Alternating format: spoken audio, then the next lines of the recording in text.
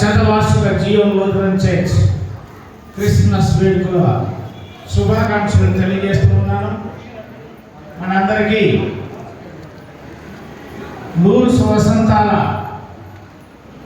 వార్షికోత్సవం జరిగిన తరువాత ఈ క్రిస్మస్ వేడుకలు జరుపుకోవడం మనందరికీ చాలా అదృష్టం. మరి క్రిస్మస్ అనగానే మనందరికీ తెలుసు, మన కోసం రక్షకుడు పుట్టి ఉన్నాడని మరి బైబిల్ మనకు చెబుతూ ఉన్నది. యెషయా గ్రంథం 9:6 చూసినట్లయితే, ఏలయనగా మనకు శిశువు పుట్టాడు, మనకు కుమారుడు అనుగ్రహింపబడాడు, ఆయన భుజం మీద రాజ్యభారమును, ఆశ్చర్యకరుడు, ఆలోచనకర్త, అధిపతి అని అతనికి పేరు పెట్టబడును అని మనకి సెలవిస్తుంది.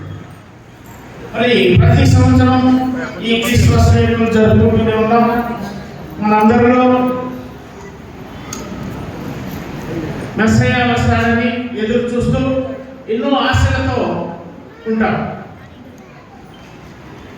అలాగే ఈ క్రిస్మస్తో మనందరి జీవితాల్లో వెలుగులు నింపాలని, కొత్త ఆశలు చిగురించాలని,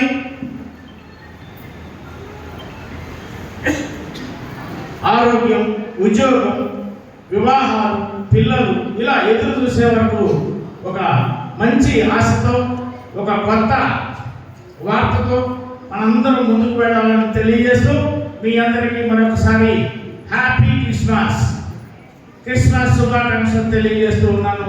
happy Christmas, merry Christmas. Thank you sir.